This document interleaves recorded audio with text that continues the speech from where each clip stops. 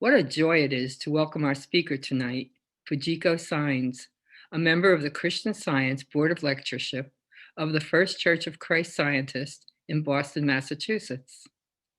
Fujiko divides her time between Tokyo, Japan, and the USA. She is a full-time Christian Science practitioner and also a teacher of Christian Science. A Christian Science practitioner is someone who helps others with healings through prayer alone. Fujiko's education began with her attending a German preschool and kindergarten in Mumbai, India. As a young adult, she desired to go to America to learn what other young people her age were thinking. That yearning was granted by her father. She left Tokyo for Honolulu, where she attended college and met Mark Signs, who would later become her husband. Fujiko first attended a Christian Science service to hear a friend sing. That's where she was able to fulfill her daughter's desire to go to Sunday school.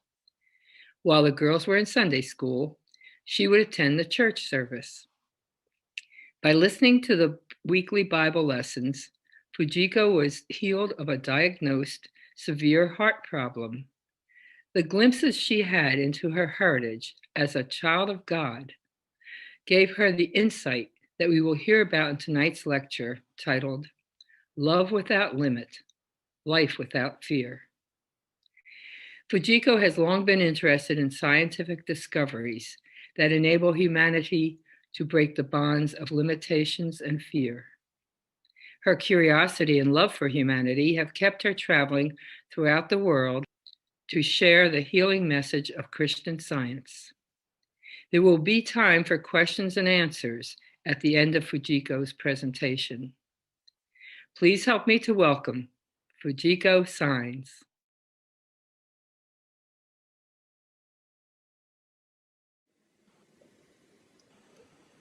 Thank you very much, Maudie. And thank you everyone for gathering around this screen of one screen to another. Maybe you're in the kitchen, or maybe you're in the living room with other friends, or you might be alone in your bedroom. I'm speaking, as Maudie said, from Tokyo, and when I checked how far I am distance-wise from Syracuse, it's about 6,500 plus miles away. And yet, with this technology that I'm right there with you. And moreover, I think there's something about gathering together with the desire to find solutions, comfort, understanding, spiritually, especially at times when walls are closing up to us and feel like we have so many things that we feel we're restricted from doing. But I know spring is coming soon in Syracuse, and you would be viewing so many beautiful flowers, and you would appreciate the beauty, not only in the nature, but you have already witnessed in the last year or so how much the humanities have expressed that love for each other. We have all done something that we had not expected. This has been a challenge personally, collectively, even globally. And so tonight we're coming together because your heart yearns for solution. And I just want to dedicate this talk to, first of all, thank you for all what you have done. You had seen the subtitle of the music, the Japanese pop song that I asked them to put my translation. It was not the word-to-word translation, but you can see that in this song, you can feel this child's undescribable certainty that there is this dependable and generous power that only knows good and sends good to us. Isn't that something that we're all yearning to receive every day?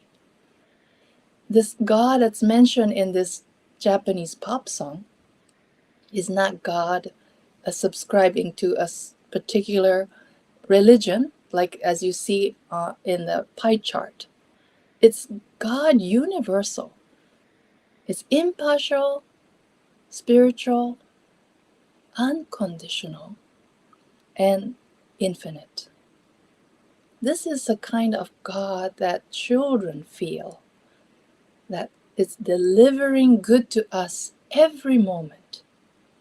And this child is really the topic of our talk, because this child is still within you.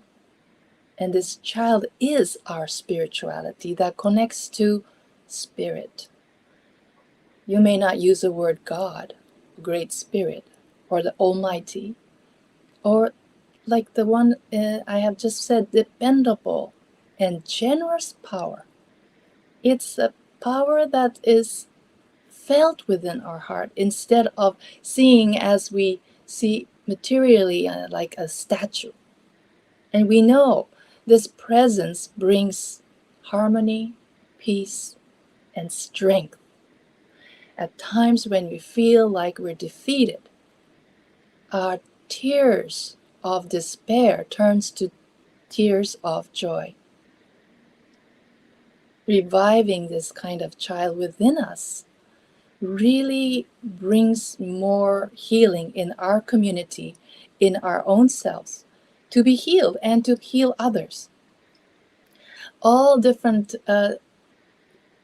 records of healing that we can read around the world throughout the history, way before the Western medicine was introduced, had something to do with this, the shift in our consciousness, the shift in our heart. Something touches us that actually has an outcome that will change the appearance of things or relationship between people. And actually, we begin to see newer self that we can actually share with others more and more. So I have a person who I respect as the most tangible example of a pioneer who understood and shared this shift in consciousness that bring healing. And his name is Christ Jesus, or Jesus the Christ. Well, Jesus, as you know, we hear this name and we immediately think of the religion, Christianity. But you know, he wasn't Christian, he was Jew. He comes from the tradition of what we Christians may call the Old Testament, or the books that of all these prophets had given the wisdom, the words that they had heard from this generous and dependable power.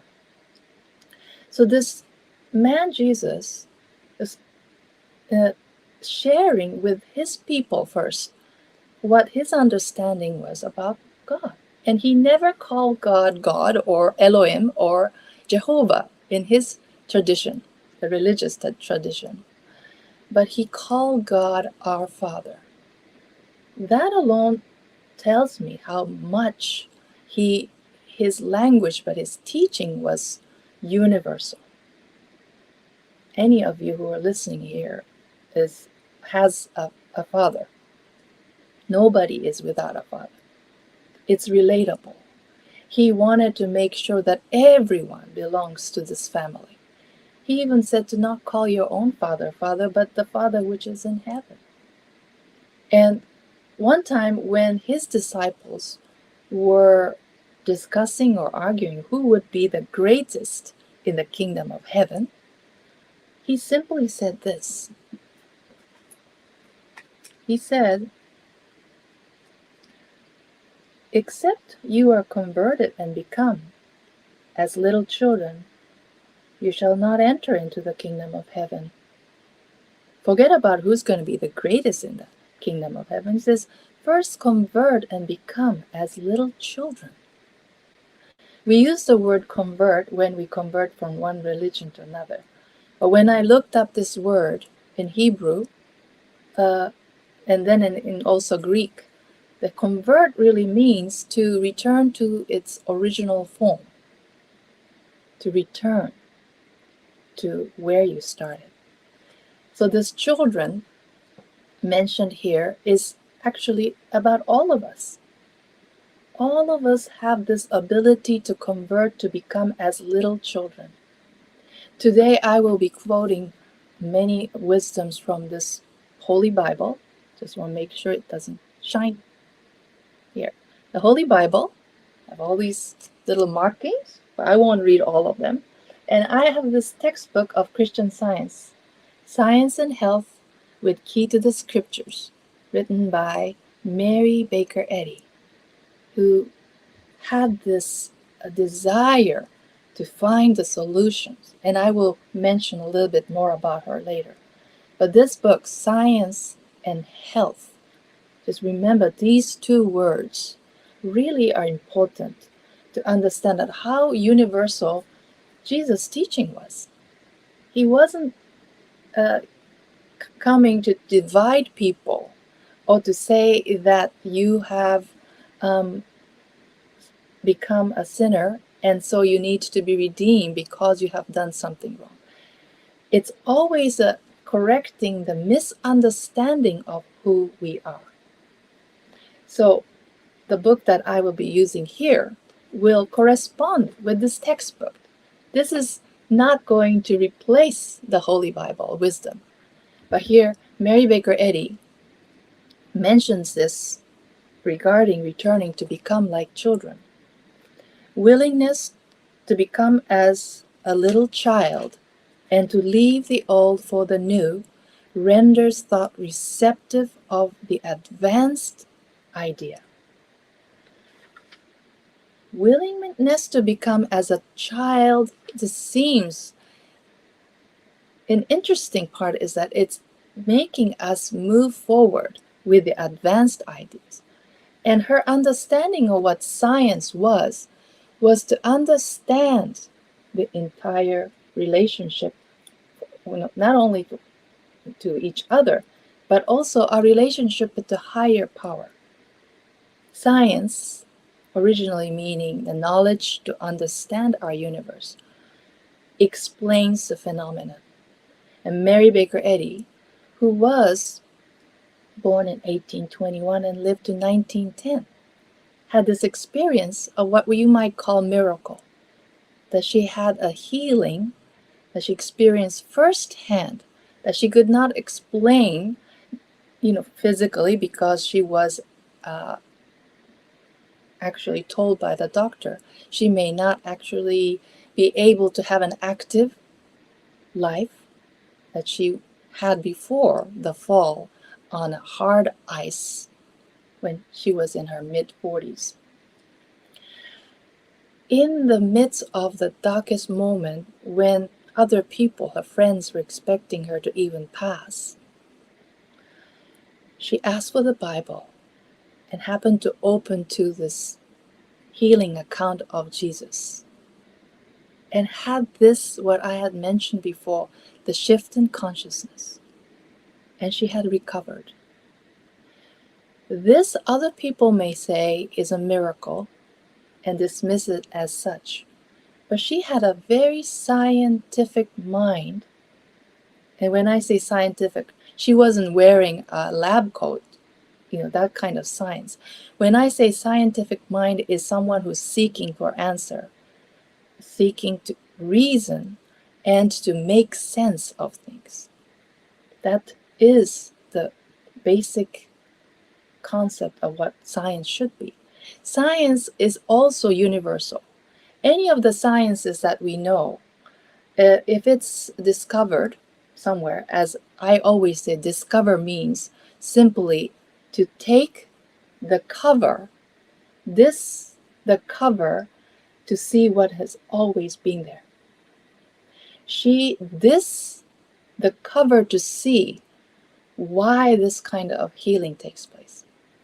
And because she was a Christian, grew up in Christian and was familiar with the Bible, she studied the Bible the next 3 years or so, trying to, what I call, connect the dots. You know what happens when you connect the dots? When you complete connecting the dots correctly, you have a picture. And what is the picture that she saw? She saw this bond. She understood what Jesus taught, that God, as Jesus taught, was a perfect God. And children of God, us, the creation of God, was perfect as well. And what needed to be corrected was our, again, misunderstanding, misconception of how we interpret our experiences, but also how we find solutions. When Jesus mentioned that God was Father, he was not just making up. It actually is based on the tradition that he had read in the Genesis chapter, the first chapter of Genesis, mentions that we are made in the image and likeness. Here's what it says. God said, "Let us make man in our image, after our likeness." So God created man in his own image. In the image of God created he him. Male and female created he them. Well, I'm sure you have been told by your parents' friends that you reminded them of your parents. Why? Because you have that image and likeness of your parents. So he's truly basing our relationship on this very first chapter of Genesis, not the one that's starting from the second chapter of Genesis. That's the more famous story about Adam and Eve, that gave a lot of incentives for artists to draw, because it's more like a drama. Jesus came not for the drama. Jesus came to bring peace. He came, of course, is also known as the Prince of Peace. He came to remind us that child within you, as a God's child, is the heaven here on this earth. Otherwise, he wouldn't say the kingdom of heaven is within you or at hand. The heaven is not somewhere you go after you die and depending on your behavior that you had here. In a single moment that we feel the deep connection with the divine, sometimes the word that he used to describe God was the divine or our Father. In the Aramaic language that he used, the Father, translated into English, really meant both Father and Mother, the divine. Mary Baker Eddy understood and calls God oftentimes Father, Mother, God. We don't want to forget that the sense of guiding is not depending on which religion you use, but it is a scientific way of seeing ourselves, our deep connection with God. She was, like all different children, all children that you know, very curious and always asking questions. And that's what I love about Christian Science. I was never discouraged to ask questions. She encourages, in fact, in the preface, she says, time for, here I quote, "the time for thinkers has come." I know you are thinkers because you're seekers, looking for answers, answers for more peace and harmony, answers for more justice. So, a child, as Mary Baker Eddy was, always looking for that fairness, justice.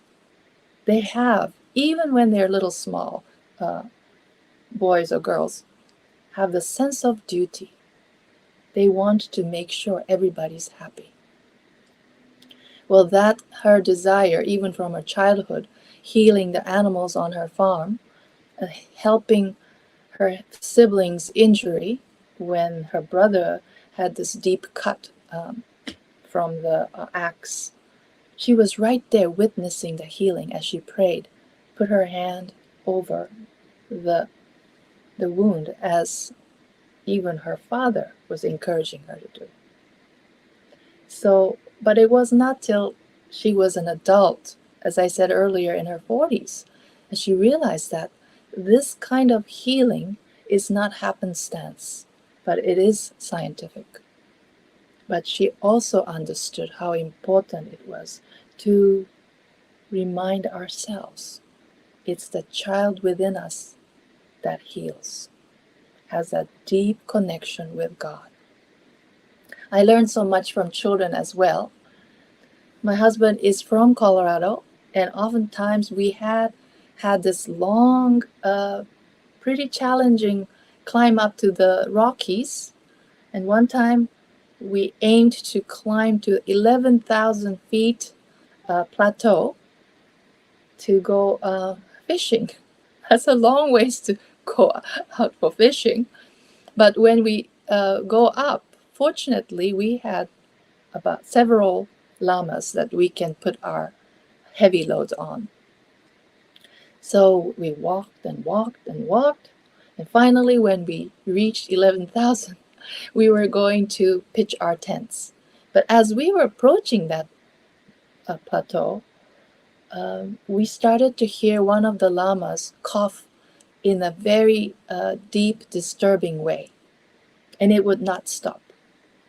All throughout the time we were unloading and pitching our tents, this one llama was coughing, and it really disturbed everyone. And finally, the owner of the llama said that llama had to go. Well, I come from Japan, and I just felt when he said that llama had to go, he meant that llama had to go to the vet. But no, the 6-year-old niece, in a very loud, firm voice, said no.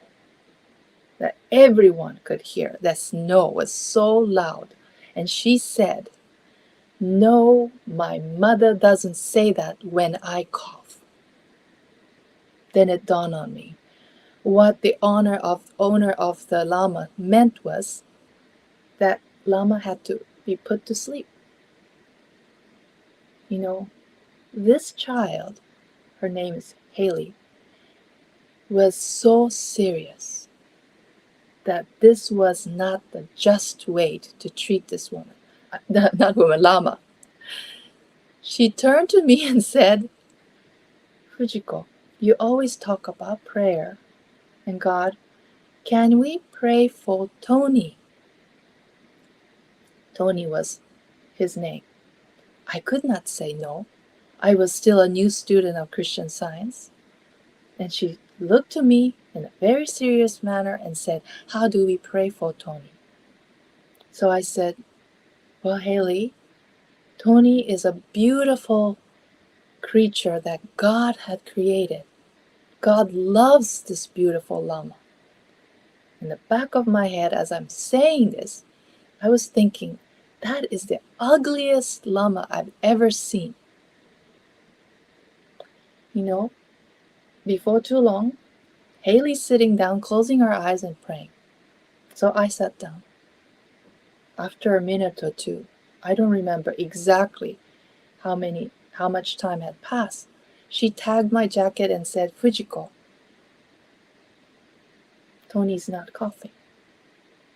My eyes are still closed, and put my hand on her and said, Haley, just wait. Wait for what? I was waiting to make sure that Tony doesn't cough just one more time to make sure that our prayer was effective. Well, she's sitting down again, and next time, after a minute or so, she pulled my jacket firmly and said, Fujiko, Tony is healed. It woke me up. Not that I was sleeping, but woke me up to see the power of prayer. This child was understanding something that is not because she was going to Sunday school, But because she knew intuitively, her spirituality understood that what was just. And it reminded me of sentences from this textbook, Science and Health with Key to the Scriptures. Mary Baker Eddy says, "Stand porter at the door of thought, admitting only such conclusions as you wish realized in bodily results. You will control yourself harmoniously." Haley was standing porter at the door of thought, admitting only such conclusions. What conclusions? Complete healing, without any doubt. Well, what did that do? It says you will control yourself harmoniously. Was I harmonious? No, I was still full of doubts. I was telling her to wait. Whereas Haley was completely harmonious with what I had said. God loves this Lama. You know, I probably didn't need to say that because she loved this Lama. It wasn't like she had a special relationship with this Lama, for example, raising this Lama from when it was a small baby stage. She intuitively had this generous and dependable power within her. She was reflecting that dependable and generous power that she understood to be God. Without the adults' words that we explain, the words just added later. She understood that this was the only result that she expected and to see. I'd like to share this healing because there are a couple of things. First of all, many people will ask me, isn't prayer a placebo or a positive thinking? That people say, well, when you're relieved to know that someone is praying for you, that the symptoms will get better or disappear. Like placebo, positive thinking. No, Lama was standing far away from us. It wasn't as if we were even coming to even pet this Lama. And the second thing that I've learned is this child's ability to include this Lama as part of her own consciousness, I may say, that she embraced, and the compassion that we use, casually, in this case, in this child case, embraced and made that animal part of her. You probably have seen children play at the beach making sandcastles, and as they are making, gradually the tides start to get full, and eventually the waves will come and knock out the sandcastle.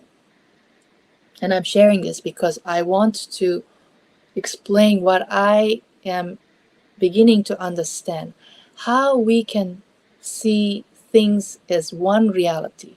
When a child is building a castle, she is so into making this, but when the wave comes and knocks it off, they're not angry. The reaction is when that happens. And I've seen this again and again, not just in Japan or in America, elsewhere. Children laugh. They just burst into this laughter. Why? They had spent so much time building this, and the waves came and knocked it off.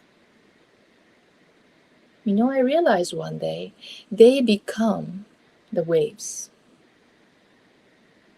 And it sounds really strange, but this is an important part about how we pray.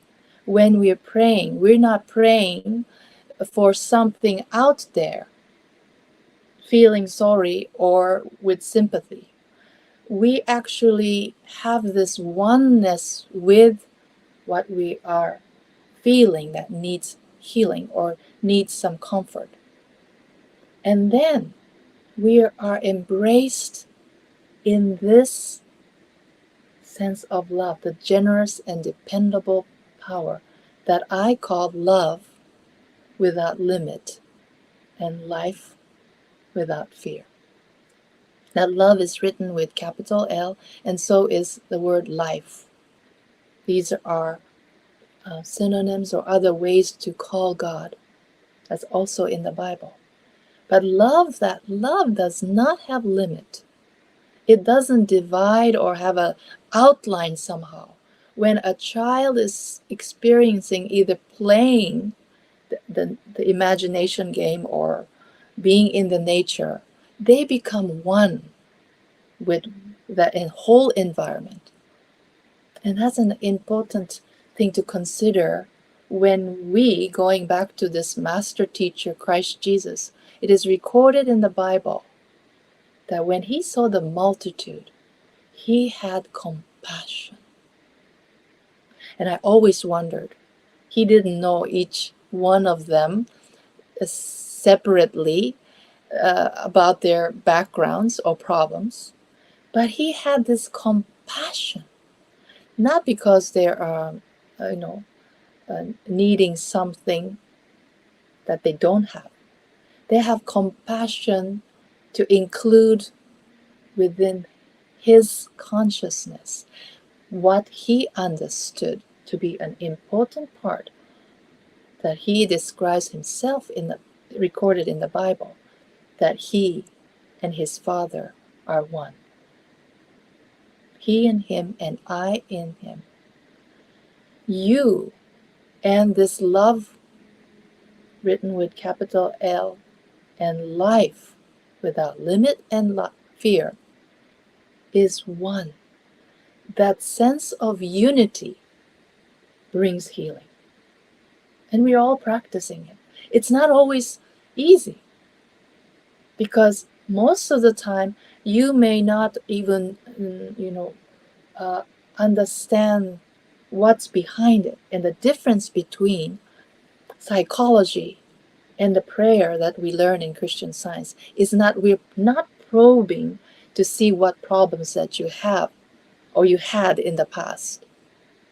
It is about the bond, the oneness that we are claiming and realizing, and from that realization comes what we don't need to fall apart from us. This healing takes place because of this shift in consciousness, not because we're finding fault or problem in that person, or even what has been diagnosed. We're not trying to remove that. We are unseen because we know our oneness with that perfect God. So that was one of the examples. And we say when we're feeling comforted or experience healing, some shift is taking place in our consciousness, whether you're aware or not. Some are even feel that they see light. It's not like a physically having an extra light bulb here and there, but they feel some sense of spiritual light within themselves and around. And that's a very common phenomenon or record in the history. When we read all different kinds of healing, the light is really an essential part of that. Everybody who has this kind of healing might understand, like, how do I explain? And science is part of that, having that role. How do I explain? And Mary Baker Eddy understood that the Christ that Jesus embodied and given as a title is the key to understand these healings. The Christ is reminding us our oneness with this God. He was embodying that Christ constantly, even walking and understanding, embracing everybody, and having this compassion, healed. When he healed, sometimes by someone touching the hem of his garment, sometimes just being there, but not him kneeling down and doing some ritualistic prayer in front of another person. He already knew the presence of God right there with that person and within that person. And the most beautiful thing about his healing is that every time healing took place, those who are healed praised God, not praising Jesus as a person, worshiping him. They praised God because Jesus was so transparent. Seeing through him or his act, people felt where they came from. Returning, converting to become as a little child is reminding us that we come from this God that is love and life without limit and fear. Mary Baker Eddy describes Christ in many different ways, but in this textbook, I'm going to read one of the definitions. She says, Christ is the true idea, voicing good, the divine message from God to man, speaking to the human consciousness. A message, divine message from God to men, speaking to the human consciousness.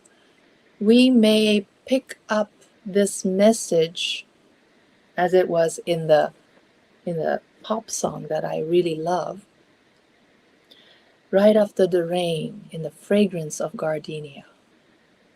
That may be a message. A person who smiled in the grocery store. That could be the message that triggers the healing. The other day, I was talking with a grandmother who was having a difficulty, physical difficulties she had, and was praying, and said one day she watched her grandson walking with his father, her son, in front of them. And when they were coming to a corner where the child felt it was not familiar, he immediately raised her hand to grab the father's hand. And she could tell from behind that this child was comforted and just followed, holding this father's hand. And she realized, I forgot to reach out my hand, not literally, but my hand to my father, mother God. And at that moment, she was healed. That's the Christ, the divine message from God to man, speaking to human consciousness. It is simple but so profound because it takes our expectation, as Haley had, to receive the results that we expect, not to be doubting or condemning yourself for not having the healing quickly or not being able to mend the relationship with someone. We need to listen, and of course it's not like an audible listening, but listening with our hearts, as Haley was listening and knowing what was just, right, and fair for that lama. The scientists, all scientists around the world, and as it was in the introduction, I love to read about the findings in sciences these days, it makes us see a little bit beyond the reality that we accepted. All sciences are that, like the discoveries, always leave what we had learned in the past behind. Otherwise, there's no advancement. As she said in the quote that I used earlier, we are ready to accept our thoughts the rendered thoughts receptive to the advanced ideas. That's what we want. For real health, are we chasing health, or are we going to understand health to sit on it like a rock that we are not going to be moved from it? Are we going to be blown left and right every time something changes, like standing on the sand? Our foot shifts constantly? Or are we finding the truest sense of health by understanding scientifically where health comes from? I'd like to share a story about this physician who used to practice cardiology near Boston, or in Boston. His name is Dr. Barnard Lown, Lown. He's originally from the state of Maine, and his parents immigrated from Lithuania. One time I heard him speak on the radio program called Infinite Mind, and that was a national public radio station program. And in it, he was sharing that one day a patient was brought in after a massive heart attack, and he didn't really know what to do. But one day, the nurse had informed him that vital signs were improving, and from that time, in 2 weeks, this patient left the hospital without procedure or medicine. Well, he just wondered what happened, of course. When the patient came back for a checkup, Dr. Lown asked him what happened. The patient said, "Doctor, I remember exactly the date and time I started to mend. I knew I was heading towards health." You, according to the patient, he said, "You and your colleagues are standing in the corner of my room whispering, and I overheard you say, 'Go listen to that patient's heartbeat for the wholesome gallop.'" I'm sure when you hear two words like wholesome gallop, you think of horses galloping with vitality, strength. Well, what the patient didn't know was that in cardiology, gallop means a huge gap. And because it was so bad, Dr. Lown cynically added this word, wholesome. Well, when he heard wholesome gallop, the patient said he looked at the clock. Somehow he looked at the clock and marked it somehow in his heart. That was the time he was going to get better. Well, that patient stayed healthy even to this day. And I was looking for something in this textbook because Mary Baker Eddy not only herself started healing and witnessing all different types of healing, especially when the doctors had given up. She was called and had witnessed some healings. And here's what I found. She says, "A patient's belief is more or less molded and formed by his doctor's belief in the case, even though the doctor says nothing to support his theory. His thoughts and his patient's commingle, and the stronger thoughts rule the weaker. Hence, the importance that doctors be Christian Scientists." Well, she's not saying that you have to give up medicine and become Christian Scientists. She's saying that doctors can have this understanding, which is not based just on the data, the 5 sense collection of data, but something deeper about man. In fact, Dr. Lown understood something at that time, that all the experiences that he had as doctors had at times explained why this kind of phenomena might take place. He's the one who started going around American medical schools to speak with the students and talk about life. never to predict or say you know how long this patient is going to live. Now that's scientific to him now because he had witness. He said never use a phrases like you have a time bomb in your chest or a Russian roulette in your mouth, which I was once told by my dentist. He made sure that doctors' words don't reflect fear or limitation. That's what Baker Eddy meant. But if you understand that spiritual base on where that life really depends on, not the physical organ or physicality, but our deep relationship with the Spirit or Father, as Jesus had explained. So this kind of healing is taking place daily, and many physicians are now recording it. You may know some cases like this, and I've known many even simply by reading this textbook had been healed. The last 100 pages consist of letters sent by the readers who had been healed simply by reading the textbook.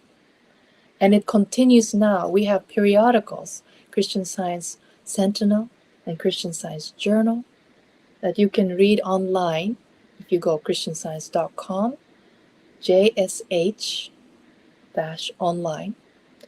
But you will find these testimonies, the healing accounts, even today.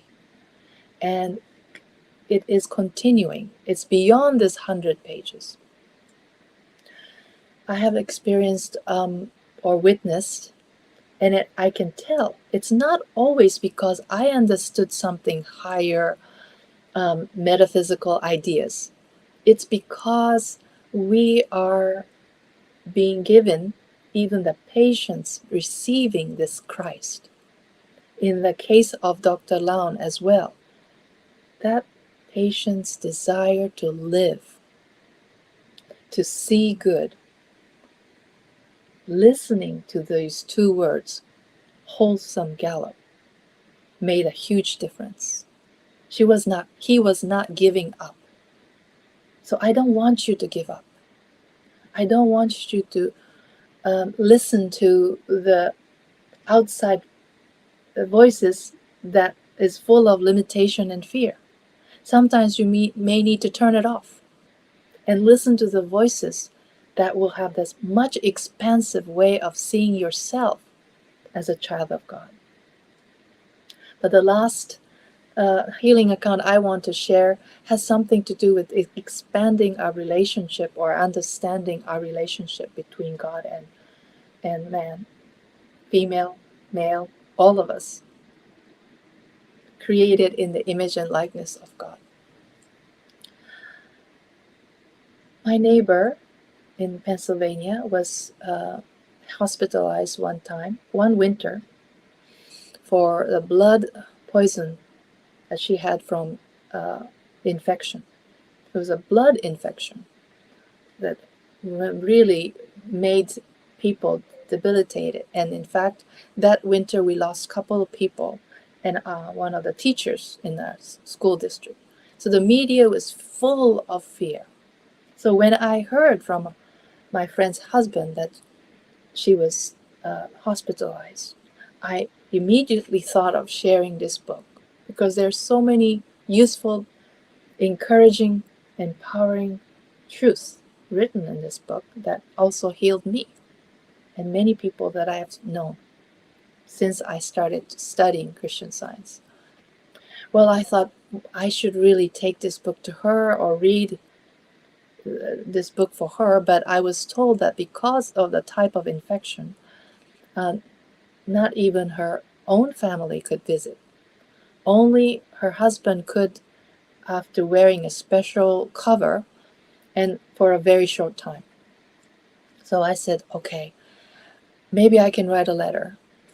So I tried writing a letter and thought maybe her husband will read the letter to her, maybe writing different kinds of quotes from this textbook, and the Bible. My neighbor was already familiar with the Bible, being Christian. So I thought that would be so helpful. But the time went by as I was really having hard time what would be the best way to share. One day I received a call from her husband, and I think it was almost a couple of weeks later. He said, Tracy, this my friend's name is Tracy, is back at home. And I thought she was healed. So I said, well, that's good that she's home. And he said, no, the doctor said staying at the hospital, she had more chances to be infected by other virus. So she was sent home with the medicine. He asked me to come check on her and walk the dog the following day because he had to go out of town for the business meeting. So I did that the following day. I came in, and of course, as soon as I came in, the dog would be making a lot of noises. I haven't been there for a while, so the dog's name is Oreo. Oreo was so happy to see me. And my friend Tracy must have heard me come. I started to hear some noise from her bedroom, and when I looked in, I saw the shadow. She was holding onto the wall, sliding her feet, and finally got to the point where she could sit on in the sofa, plopped herself down, almost like a rag doll, no strength. And she looked up with the eyes that I've never seen her look that way. Instead of saying, "Good morning, Fujiko," what she said was, "Fujiko, it's God's will for me to die." I was shocked. I said, "No, Tracy. God that I know is love. Love will never wish something or will something. God is life." But whatever I said, it just went over her head. It didn't look like she was listening or wanting to hear. She was shaking her head. And I immediately presented to her this textbook. It was a bigger edition. We have many different editions. And I said, this book helped me so much. And I can read this book to you, or maybe your husband can. But this book is for you, so I'm going to leave this here with you. And I walk the dog, because dog is by now making all sorts of sound and wanting me to take her out. I think I was out for about 20 minutes. It was a beautiful spring day, and all the flowers were starting to bloom. The yellow flowers, mainly at first, as you know, forsythias. And the joy that dog is expressing was so different from what I experienced right there in that room where she said it was God's will for me to die. I almost forgot about Tracy, but just kept thinking of how precious this whole experience of embracing this beauty in this spring light, and also seeing Tracy as part of that joy. When I walked back into that dark room, because all the shades were closed, later I found out all the lights were hurting her eyes. She had this book opened. She was still sitting at the same spot, and was the very first page of the preface was open on her table, coffee table, and with her index finger she was tracing the first and the second line back and forth. And she said to me, "Fujiko, I cannot focus. It's blurry. I cannot see well." At this point she had not been eating much. She just looked so famished, weak, pale. And the finger was tracing these words that she could not focus. It says here, "To those leaning on the sustaining infinite, today is big with blessings." to those leaning on the sustaining infinite. What is that infinite? That is that love. That is that God that she knows deep inside. But she kept saying, it doesn't make sense. I cannot read. So I left her this book and said to her, I will be back right after lunch and bring her something to eat.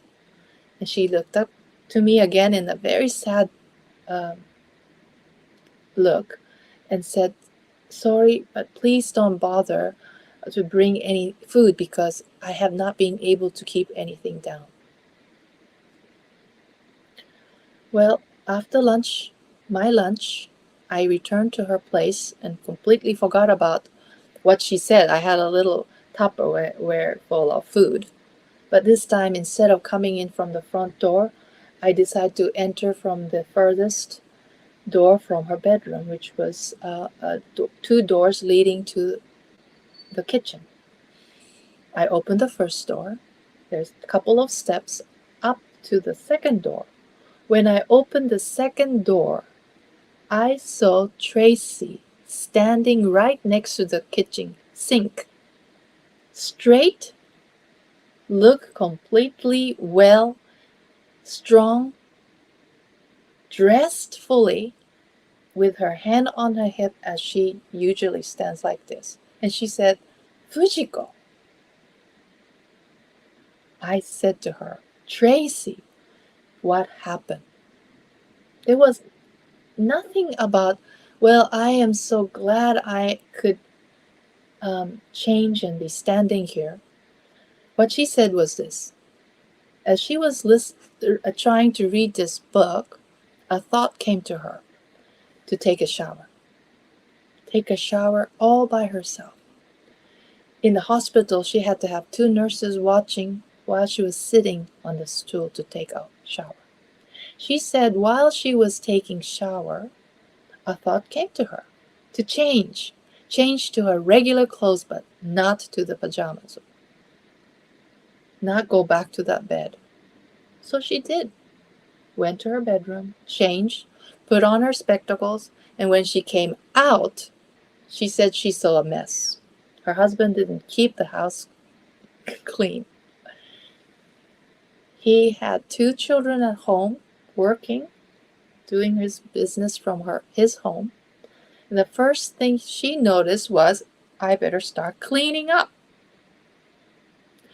She said she just started her first laundry and was just about to clean the kitchen, which had a pile of dishes.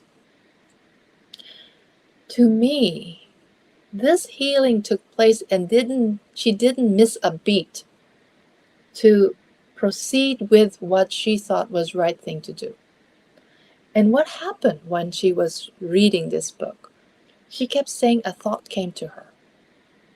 A thought came to her, and she obeyed. She kept listening and then acted out what she heard. Isn't that the message that we were talking about? The Christ, the divine message from God to man, speaking to every human consciousness. Well, that was Monday, and by the end of that week, she was rollerblading with her two daughters. She did not look at the time when I returned to her home that she needed any more nourishment. She was fully recovered with full strength. Where did that nutrition come from? It's her oneness with God that nourished her instantly. She did not lack anything. The following week, she had asked her sister-in-law to go to the teacher-parent conference, which she herself could go. And we had different teachers, but we were returning from that conference, the meetings together the following week. And she said to me, Fujiko, I forgot to tell you, but my mother died when she was my age. And I was very angry. I was upset and angry. And I went to Christian school. So I asked the teacher, why did my parents have to die? And she said, the teacher explained this way: your mother had to die for our sin. This is where that thought came to her, that it was God's will for her to die. So I turned to her and said, Tracy, do you believe that now? That we have to die for others' sin? And she said, no. Something completely shifted within herself to see that relationship different from the way she was taught to see between her and her father and mother God. She also, the following day, when her husband called and asked what happened, I tried to explain, and he said that very day that she had that change in appearance and also deep inside in her heart to understand her relationship with God. The husband said he had to beg her to go to bed at 10 p.m. He could not explain where this energy came from. Where did that energy come from? It wasn't from what she had drank or ate, but from the same source, that love without limit and life without fear nourished her. That whole oneness is an important concept to really hold on to, because it's not just two things becoming one. It's to realize that we have always been in that one. So it's not one and one becoming, wrapped up in some other places to become one.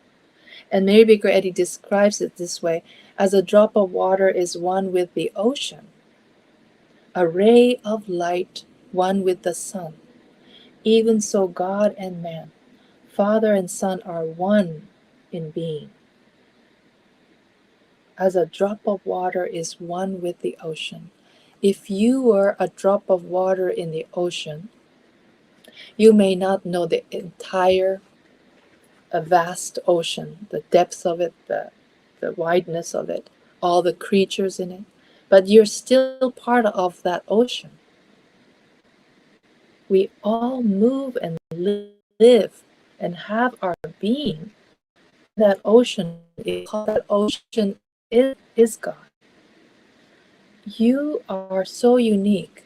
There is not a single a person like you in the entire universe, an entire history, a human history, if you think, but the history of the universe. And I explain it this way, that when God created all things that we see around, like the flowers, we're expecting all the flowers to bloom now in Syracuse, God had to think flower once, and expressions of that one flower appear throughout all experiences and beyond. The flowers to be bloom next year is still part of the flower that this divine mind is another name for God, has conceived as an idea. When we are the image and likeness of God, when we are created, and all the flowers and animals created within this idea that there's an idea and infinite expressions of that animal or the flowers, we will never run out of varieties. That's a true diversity. But we come from one source. God does not make man year after year like a manufacturer stamping it with the year that we are born. No. We were already there when God conceived man as an image and likeness of himself.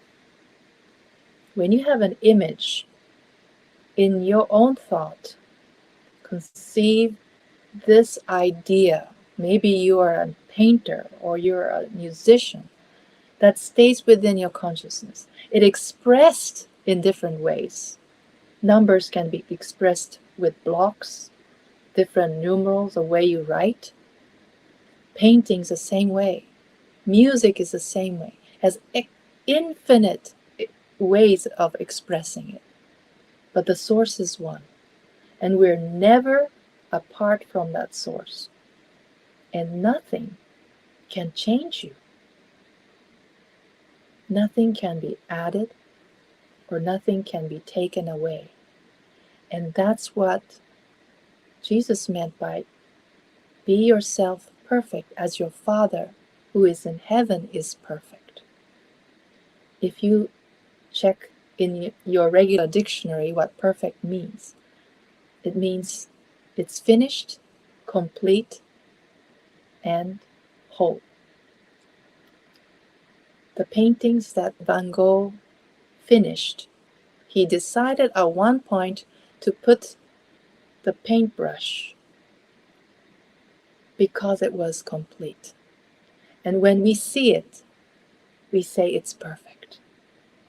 Nobody is going to add another color or chip away any paint from the canvas. The same thing with music. When Mozart composed the music and stopped the arrangement, that's complete, finished, and done. And when we listen to that piece of music, we know it's perfect. So I want you to start thinking about your true relationship with God as one, never being outside of it, never being altered, never can be changed or being added. Everything that you need comes with you. It's within this one infinite mind, love without limit, and life without fear. So I'll leave a time for our Q&A. Thank you so much. Thank you, Fujiko, so much. We have time to take some questions from everyone who's watching this. Let me just very quickly show you how you can ask a question. So underneath the video, you'll notice that there's a little box. If you go ahead and put your name here and check that you accept Vimeo's terms and conditions, and then click join, you'll have the ability to ask a question here, and you can either ask it anonymously or you can use your name. So if you want to do it anonymous, just click that little box there. And so I will give everyone a moment to find that and be able to type your questions to Fujiko. While we're waiting, I just want to thank the church in Syracuse, New York, the Christian Science Church in Syracuse, New York, for putting on this event. And you're welcome to visit their website and learn more about them at christiansciencesyracuse.com, where many of you are watching this right now. And it's also worth mentioning that there will be a replay available on that same website. Maybe check back in a day or so, and it should be up there. So if you want to share it with anyone who didn't have the chance to hear it live, or if you want to rewatch something that you heard today, it will be available there.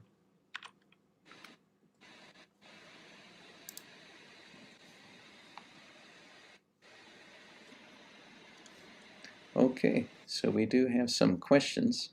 First question we have is, does one's body actually change when we have a healing?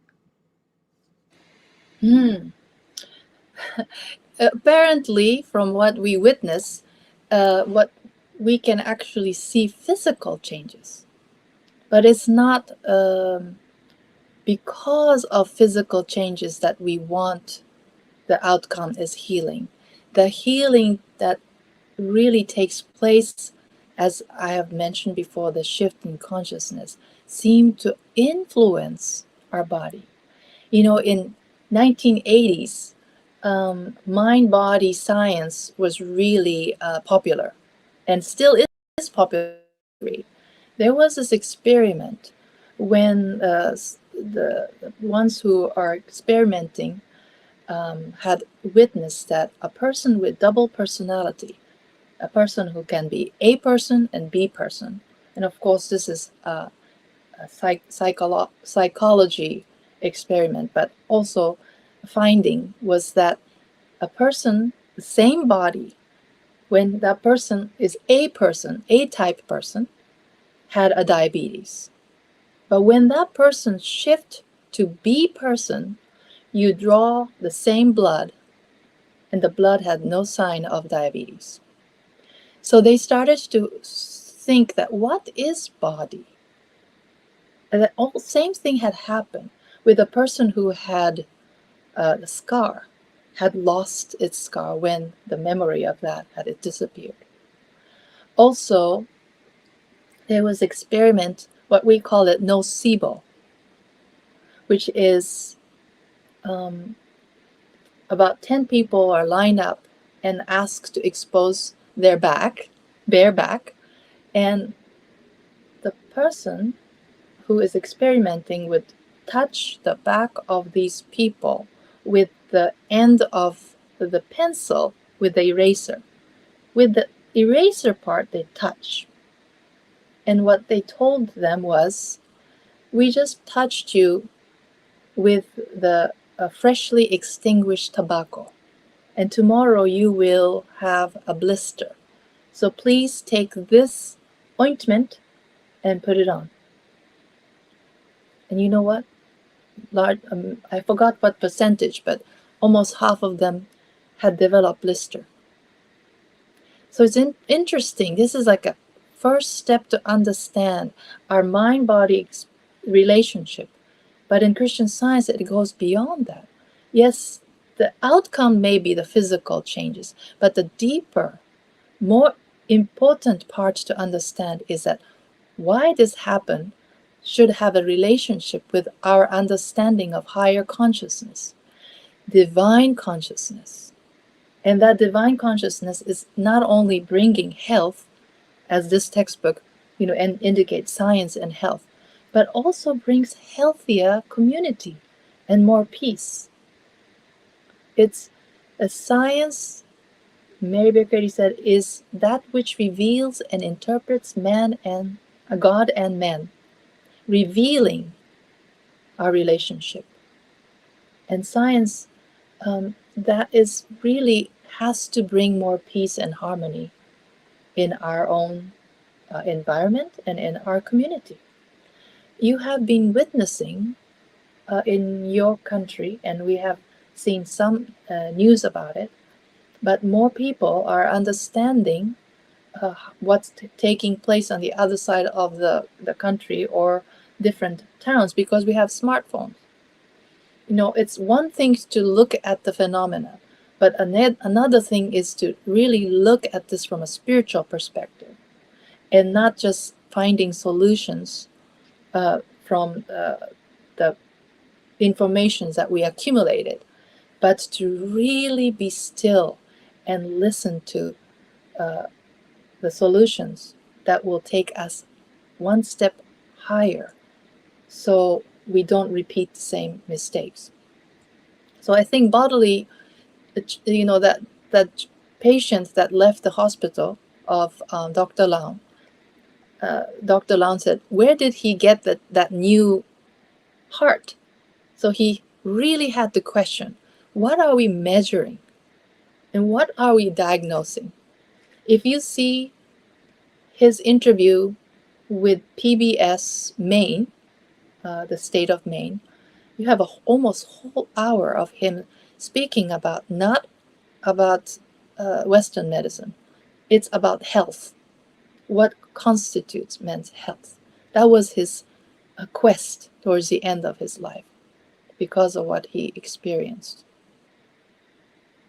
But thank you for that question, because it's important to clarify we're not just talking about mind-body relationship, but it's going beyond brain, because brain can only repeat what's being fed in, but we're talking about consciousness, which is, as I was speaking, if you're musicians or painters, you can relate to this. Information is not recalibrating or rearranging what you are accumulated in your brain. But one moment of realization has something to do with our consciousness, divine consciousness, to connect with higher power.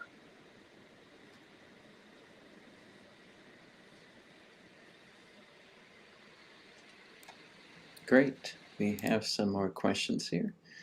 Someone asks, if we've always been a child of God and we will return to the Father, and that's in quotes a quote from the Bible, why do we become ignorant and descend to humanity?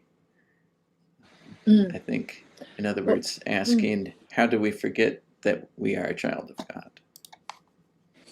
Yes, that's a really good question. I wonder whether it's an allegory that we have from the second chapter of Genesis. Man is made with the clay, which was this whole story of Adam and Eve was very prevalent around Mesopotamian region. If we accept that kind of beginning, we made a first out of clay and woman out of Adam's rib. This starting point, somehow we have this education in our system, in our lives, that we try to make sense why we have evil, and returned to change the story of how we began with the story that's similar to Adam and Eve, which is that we come with good and evil within us. And I think that's really, it's an allegory, but when this whole story in the Adam and Eve story talks about the tree of knowledge, knowing you will become like God, knowing good and evil. That's actually the step towards ignorance. And a child who is born is not fed something like that. Something about us reasoning wrongly returns us to the wrong beginning.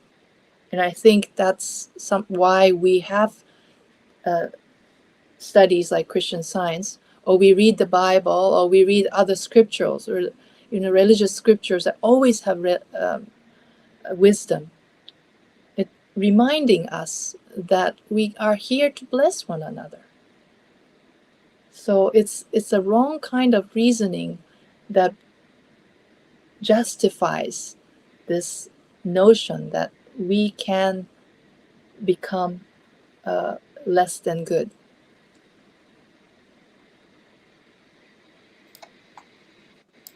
Great. We had another question that just came in. Simone asks, why are some ideas for thinking, what are some ideas for thinking about seeing clearly? And this is an interesting question because seeing, maybe she means literally, or perhaps she means to understand, to see. So I'll give you that question. Well, probably sometimes I feel the best way to see is to close your eyes, because it's so deceptive. What we see, we tend to judge. And so when we close our eyes and see with what I call heart eye, in Japanese it will be like kokoro no me. There's an eye within you that will see through what five senses can tend to give us information. It's the same thing with hearing.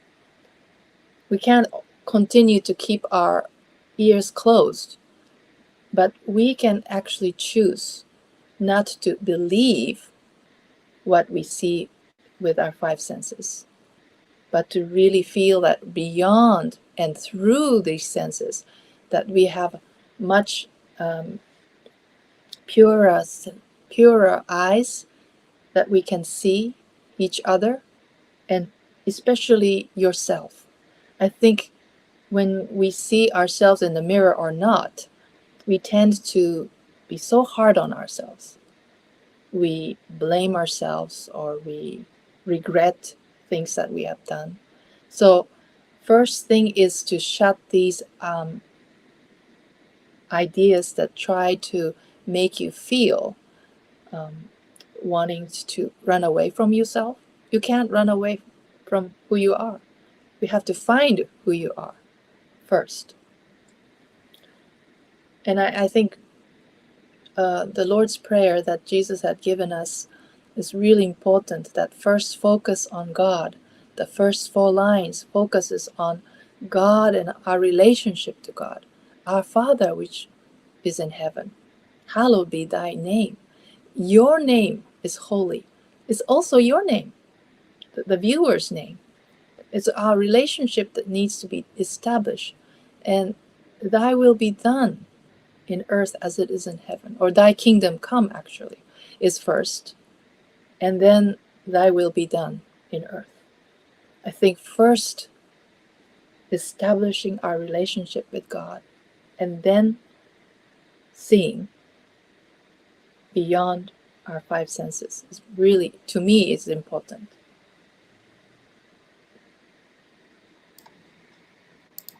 Great. Another question someone asks is, how do we not become discouraged when years go on and we do not have the healing? Well, I think one of the things is that the years go on. It seems like there's only a problem, and around the problem, the years going on, like the Earth is going around the sun. But I know something else is taking place. I think this whole year going around, every moment, if we are keeping these 2 commandments that Jesus had given us, love your God with all your heart and mind and soul, and love your neighbor as yourself. Love your neighbor as yourself. In English, as yourself comes at the end. In Japanese, it comes at the beginning. In English, it seems like it's forgotten towards the end of the line. Love your neighbor as yourself. So loving your neighbor is almost like your duty, but we forget about loving your own self. And love actually can bring some healing every day.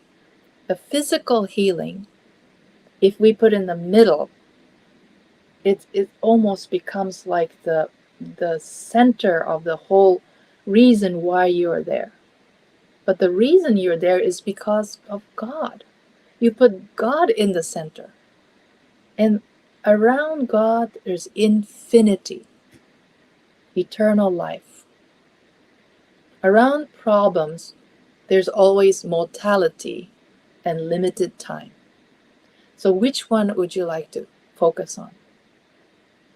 If we put God in the middle and dwell, think,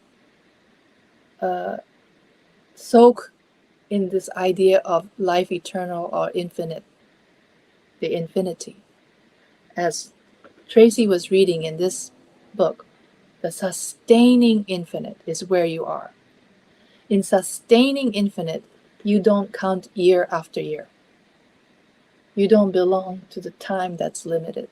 You don't belong to the box that ticks with a little clock or a hand of like a clock. You were never born in that box. You're the image and likeness of God. one more question here. I think what the person is getting at is, how can we learn to expect and trust good when there's a tendency not to be trustful of good, or maybe expecting that something bad will happen instead? Yeah, I think it's also called worrying about, it may not come through. It may not be the result that you want. That's pretty common. People really, just like I was sitting with Haley, and Haley was already expecting the healing, whereas I am actually listening to see whether that llama was going to cough one more time. It's because I am not really having that, first of all, the clear sense of what I'm expecting, but also it's a practice. Every time when these doubts comes to us, we put our back to it, mentally turn our back to it, and said, I am only facing light, and the light will show me which way to go or what to trust. Because the tendency is, our education have always made us think that it's better to doubt now so that you don't get disappointed later.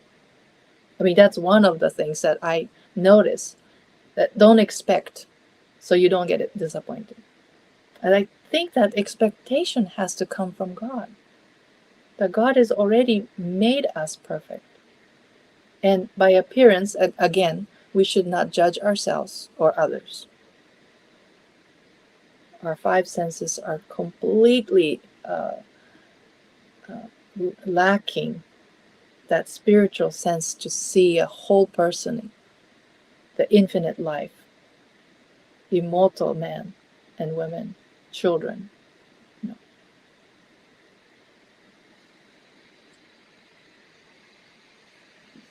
Great, thank you.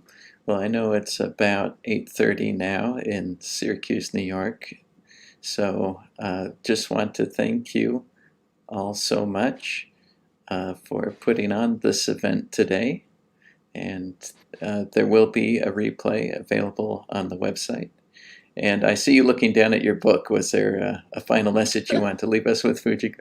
Well, this morning as I was really listening, this the thought came to me, God is nearer to you than you think. And so I looked up the Bible to see where it may say something similar to that. And it was in Psalms 145, verse 18. The Lord, meaning the God, the Lord is near unto all them that call upon him, to all that call upon him in truth. So I want you to know that God is near, and you're in it. Thank you. Thank you, Fujiko.